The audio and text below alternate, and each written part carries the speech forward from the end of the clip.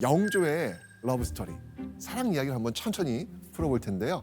자, 그러기 위해서는요, 세제였던 연인군이 조선 21대 왕 영조로 즉위하는 1724년 8월 30일로 한번 가보겠습니다. 자, 이때 영조는요, 세제로 책봉된 지 불과 3년 만에 갑작스럽게 즉위한 거였습니다. 자, 일단은 영조 초보왕이잖아요. 업무 때문에 무척 정신이 없었겠죠. 조정엔 결정해야 될 그 현안이 아주 산더미처럼 쌓여 있었습니다. 그리고 이때 이 영조의 머리를 아주 지끈거리게 만든 일이 또 있었습니다. 바로 자신을 향한 이 손가락질과 쑥덕쑥덕쑥덕대는 소리들. 선왕이자 형인 경종은요, 즉위 4년 만에 병을 앓다가 세상을 떠납니다. 그런데 이 경종의 약을 만들 때 세제인 영조가 증상과 안 맞는 인삼과 부자란 약재를 억지로 쓰도록 명했다는 거죠. 문제는 그 약을 먹고 하루 만에 경종이 죽어버린 거예요. 영조는 이렇게 경종의 죽음에 연관이 있다는 의혹과 함께 왕이 될 자격이 없다는 정통성 논란과도 계속 싸워야 했습니다. 숙종의 아들이 경종하고 연인군, 영조 두 명이 있는데 주로 그 소론 쪽 사람들은 경종을, 이 노론 쪽 사람들은 연인군을 지지했거든요. 근데 문제는 경종이 후사가 없어요. 그러니까 숙종 대왕의 혈통을 이은 연인군이 있으니까 그 연인군을 세자, 동생이니까 세제로 빨리 책봉하시오 라고 밤중에 가서 막 압력을 가하니까 그렇게 됐어요. 심지어 세제라고 하는 거는 조선 왕조에 들어와서 전례가 없던 거예요. 이건 정통성도 없고 절차상에도 문제가 있는데 독살 혐의도 있네. 그래가지고 그 정통성에 상당히 위협을 받았죠. 그런 상황에 놓인 영조 앞에 어느 날부터 평소에 못 보던 궁녀 한 명이 와서 인사를 하네요.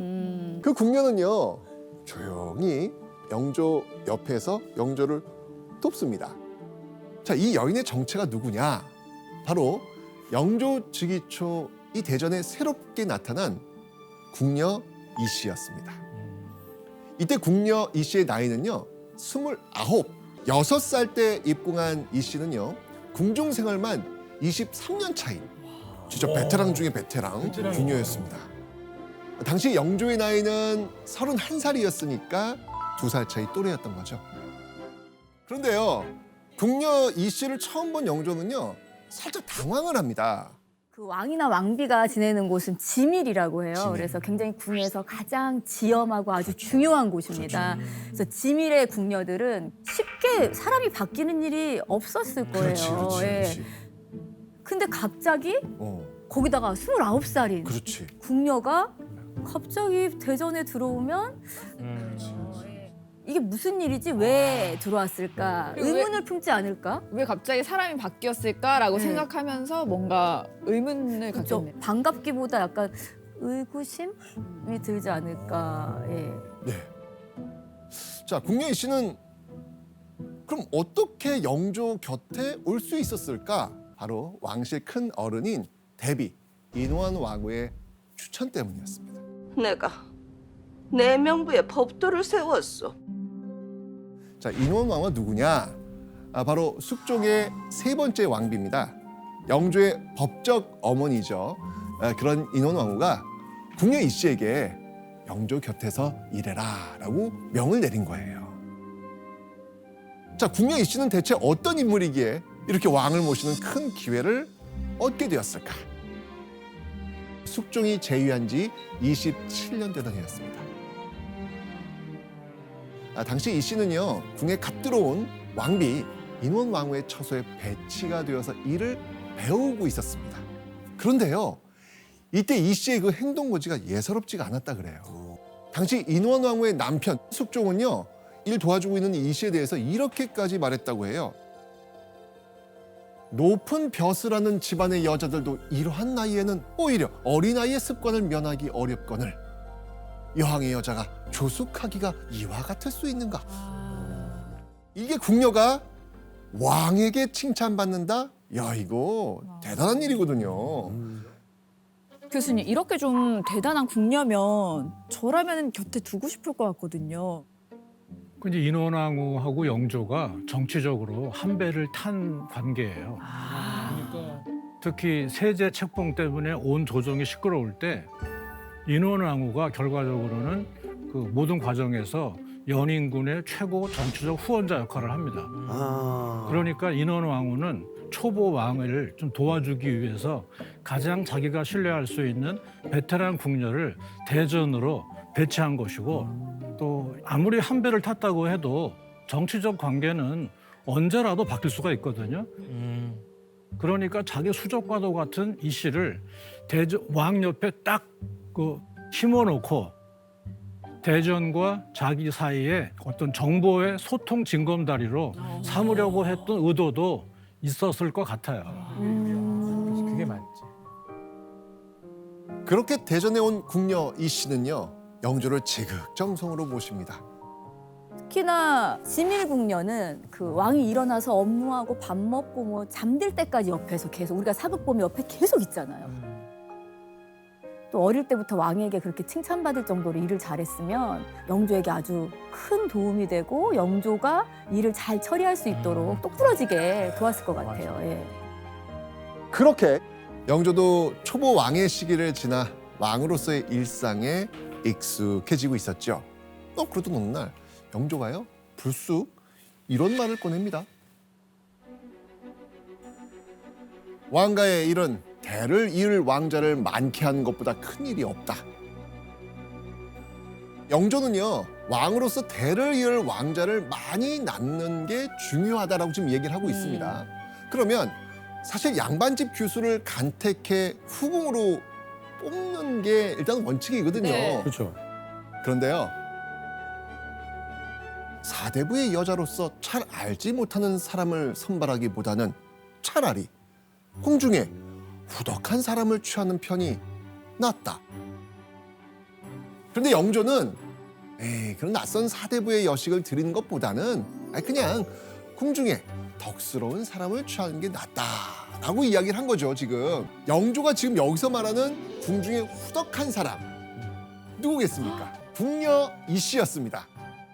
대체적으로 볼 때 갑자기 사랑에 팍 빠졌다기보다는 24시간 거의 붙어 있으면서 일 처리하는 거를 보면서 천천히 마음이 동했던 것 같아요. 그리고 이 씨는요, 후궁이 되면서요, 영조에게 굉장히 파격적인 선물을 받기도 합니다. 후궁이 되자마자 종 2품 숙의에 앉힌 거예요. 당시 이 영조가 영빈 이 씨를 이렇게까지 총애하니까 신하들이 이렇게 이야기하기도 했대요. 역대 왕들도 안 하던 일입니다. 이렇게 후궁을 총애한 걸 경계하셔야 합니다. 자, 그러면 대체 영조는 이 영빈 씨의 어떤 점에 반해서 이렇게까지 총애를 했을까? 사실 영조의 두터운 신임을 얻게 된 영빈 이 씨의 결정적 말이 있어요. 하루는요, 영빈 이 씨와 나란히 앉아서 얘기하던 영조가 갑자기 투덜댑니다. 한 신하가 이 말을 가리지 않고 한다 라고 하면서 이 불만을 털어놓은 거예요. 이때 영조의 말을 조용히 듣고 있던 영빈 이 씨가 이렇게 말합니다. 임금이 비록 신료의 말을 허심탄회하게 듣는다고 해도 신료의 입장에서는 오히려 꺼리지 않고 말을 다하기 어렵습니다. 저는 이 일로부터 용감히 간언하는 기풍이 다시는 있지 않을까 걱정됩니다. 영빈 씨는요, 영조가 이 귀와 마음을 열고 옳은 군주의 길로 가도록 종종 이렇게 조곤조곤 옳은 말을 건네곤 했던 겁니다. 자칫 왕의 심기를 거스를 수도 있는 상황. 그런데요, 영조는 진짜 영빈 씨 좋아했나 봐요. 아주 기뻐합니다. 아주 기뻐합니다. 주변에서 눈치 보느라 이 바른 말을 해주는 사람이 거의 없었는데 영빈이 씨가 이 자신을 위해서 이렇게 바른 말을 해주고 있구나, 어떤 그 진심을 느꼈던 것 같아요. 자, 그런데 4년 후인 1730년 무렵에 이 씨는요, 영조로부터 이걸 받습니다. 풍계를 지금 떠올려 준 거예요. 후궁의 최고품 빈의 자리에 오른 겁니다. 자, 근데 이게 왜 놀라운 일이냐? 수구에서 빈이 되기까지 사실 영빈은 4번 출산을 해요. 그런데 결과가 모두 딸이었어요. 자, 그렇게 영조의 총애를 한 몸에 받으며 승승장구한 영빈이 씨는요, 남들 눈엔 거의 뭐 중전에 버금가는 영화를 누리는 후궁이었습니다. 하지만 정작 영빈이 씨의 마음 한구석에는요, 이 돌덩이 같은 문제가 좀 있었어요. 어느새 영조와 영빈이 씨는요, 마흔을 바라보고 있었습니다. 자, 영조의 대를 이을 아들을 낳지 못해 점점 초조해졌을 이 영빈이 씨. 그런데요, 1735년 1월 21일 영조가 이런 말을 합니다. 삼종의 혈맥이 장차 끊어지려 하다가 비로소 이어지게 되었으니 지금 다행히 돌아가서 열성조의 폐하를 면목이 서게 되었다. 영조와 영빈이 씨가 정식 부부가 된 지 9년 만에 40살의 영빈이 씨가 영조의 유일한 아들 이선 사도세자를 낳은 거예요. 근데 교수님, 네. 저기 보면 삼종의 혈맥 혹시 이게 무슨 말이에요? 네, 저거는 영조한테는 굉장히 중요한 정치적 의미가 있습니다. 삼종이라고 하는 거는 그 효종, 현종, 숙종 세 선왕을 얘기하는 건데요. 이게 왜 중요하냐면 인조 때 소현세자가 갑자기 죽잖아요. 네. 그러면 종법으로 보면 그 장손을 세 손으로 세워야 하는데 인조는 소현세자를 싫어했기 때문에 죽은 소현세자의 동생 복림대군, 즉 효종이죠. 그쪽을 세자로 대책봉을 합니다. 그러니까 그 이후부터는 효종의 직계 후손들이 왕위를 이어서 효종, 현종, 숙종, 경종까지 온 거예요. 자, 그런데 경종의 후사가 없어요. 그러면은 다른 쪽에서 양자를 들여올 수가 있는데 그렇다면은 소현세자의 먼 후손이 100년 가까이 만에 드디어 왕위에 오를 수 있는 상황이 만들어지는 거죠. 근데 연인군을 미는 노론 쪽에서 삼종의 혈맥을 잇는 사람이 경종의 뒤를 이어야 한다라는 논리가 삼종의 혈맥이에요.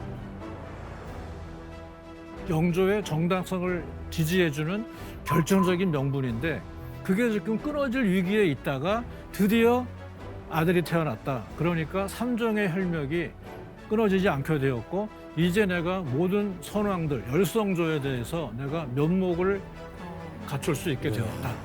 이 의미입니다.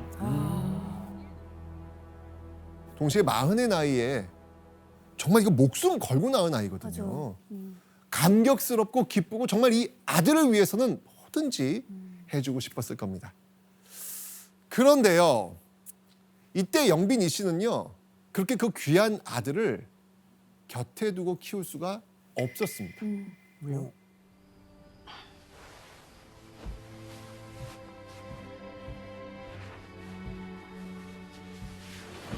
최상군, 오늘 밤만이라도 이 어미가 데리고 자면 안 되겠어? 그것은 왕가의 법도에 없는 일입니다. 세자 저하는 이미 중전 마마의 자식이지 마마님의 자식이 아니지 않습니까?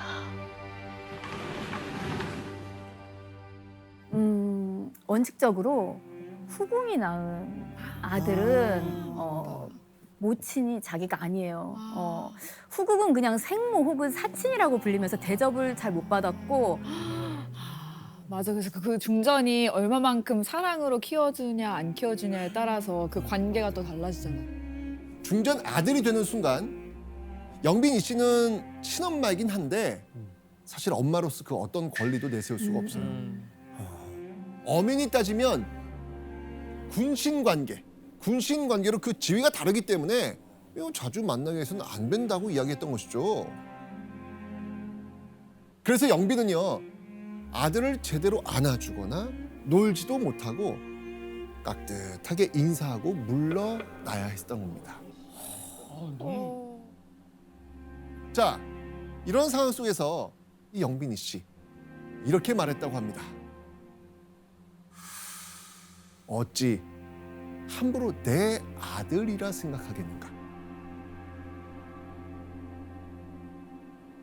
자신은 왕자를 낳았을 뿐 중전의 아들이 되는 게 당연하다면서 극도로 조심하는 모습을 보였다고 합니다.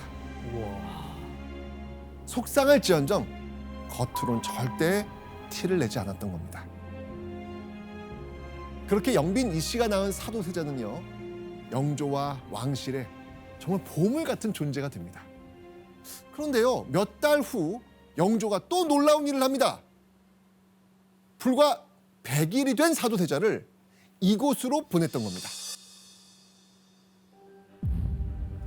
저승전. 동궁을 의미하는 겁니다. 사실 갓 태어난 사도세자의 양육은 중전 정성왕후나 친모 영빈이 씨 그리고 할머니 인원왕후까지 3명의 왕실 여인이 지내는 처소 곁에서 이루어지고 있었거든요.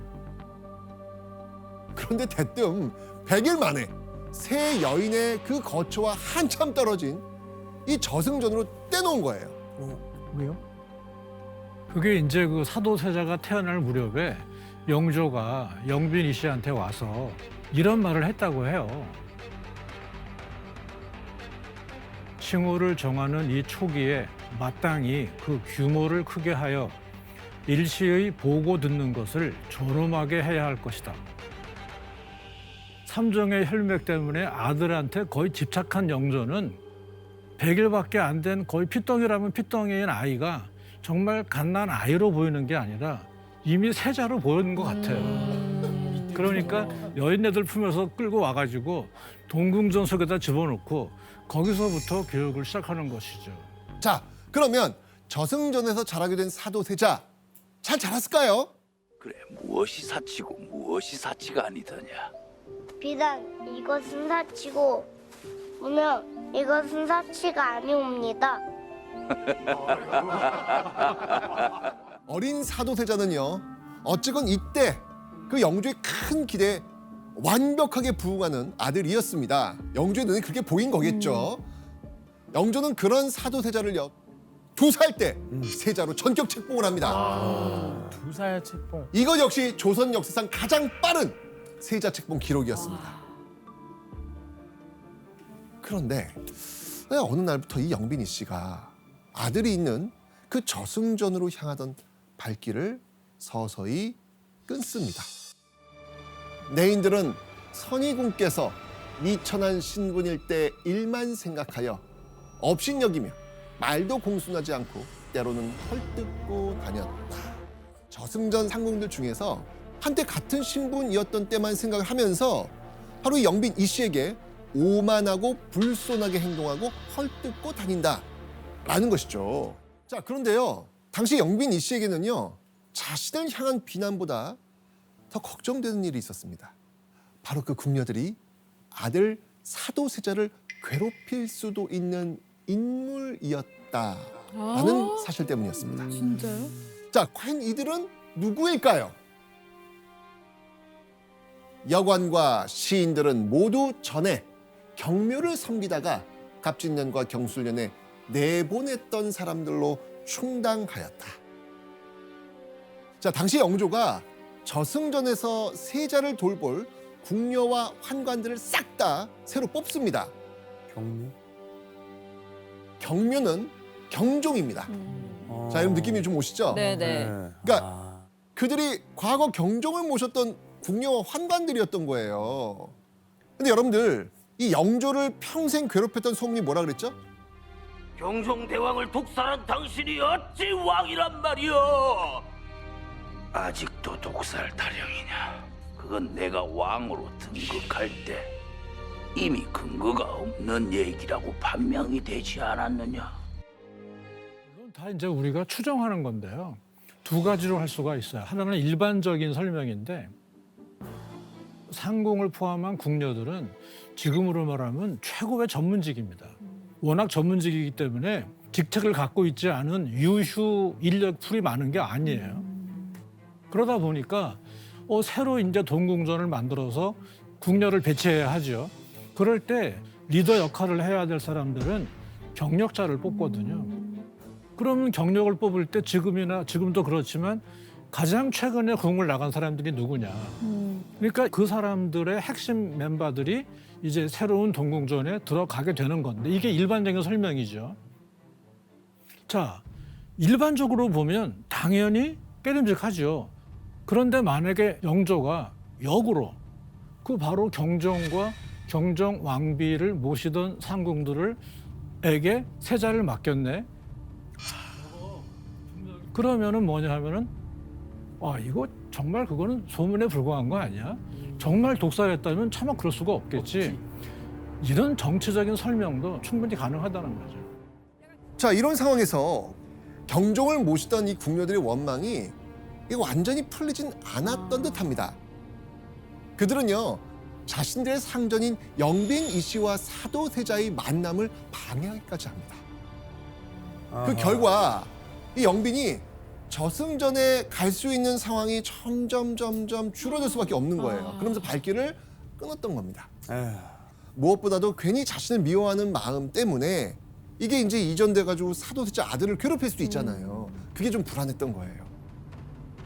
자, 그런데요, 이 저승전의 발길을 끊은 후에도 영빈이 씨의 그 신경을 곤두서게 하는 일이 계속 벌어집니다. 저승전 상궁들이 사도세자를 이상하게 돌본다는 말이 계속 흘러나오는 거예요.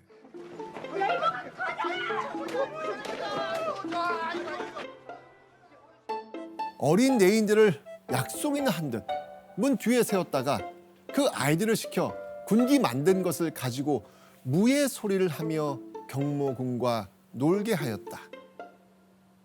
사도세자를 돌보는 보모 상궁 중 한 명이 어린 내인들을 동원해가지고 세자가 무예 놀이를 하면서 가끔 놀게 했다는 거예요. 그런데 문제는 전하, 침전해 드실 시간이 지났사옵니다. 아비가 자식을 위해 책을 만드는데 자네 같으면 잠이 오겠는가? 아버지 영조가 아들이 글 공부 외에 다른 데 한눈 파는 거 원하지 않았거든요. 그리고 사도세자를 지켜봤을 이 영빈이 씨. 혹시 영조가 알면 크게 혼날 것 같으니까 마음이 어땠을까요? 조마조마하셨겠죠. 마음 졸였을 거예요. 그러던 중 1744년 영빈이 씨를 뿌듯하게 하는 경사도 있었네요. 내 참으로 아름다운 며느리를 얻었노라. 10살이 된 사도세자가 드디어 결혼하게 된 겁니다. 10살이에요? 네네네네. 우리가 다녀왔죠. 해경궁 홍 씨. 맞습니다. 해경궁 홍 씨. 저희 시어머니와 시할머니의 사이는 정말 끈끈했다고 합니다. 영빈이 씨는 해경궁 홍 씨가 왕실에서 사랑받도록 궁중 법도를 하나하나 알려주는 등 뭐 뒤에서 많이 도움을 줬고요. 그런 영빈이 씨의 따뜻함에 해경궁 홍 씨도 마음을 좀 이제 점점 의지하게 되고 아주 사이가 좋은 사이 너무 고부간. 예. 그렇게 며느리와 오붓하게 잘 지낸 영빈 이 씨. 자, 그러면 아들과의 사이는 어땠을까? 사도세자는요, 세상에 둘도 없는 다정하고 착한 아들이었습니다. 영빈 이 씨에게 하는 건 정말 말로 다 할 수 없이 효성스러웠다고 합니다. 효자의 효자. 비록 법도상 후궁과 세자 사이지만 말할 수 없이 끈끈하고 애틋한 모자 사이였던 겁니다.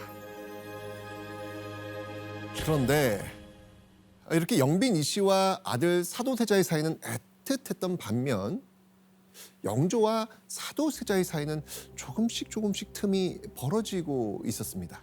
전하, 너무 조급히 생각하지 마시옵소서. 자질이 훌륭하시니 자의로 지켜보시. 지금 이 아이 시커먼 낯빛을 보면서도 그런 말이 나와. 헛국 한날 땡볕에 나가 눈이 저 모양이지. 아니나 다를까 사도세자 노는데 훅 빠집니다. 세자는 갈수록 노는 게 너무너무 좋은 거예요.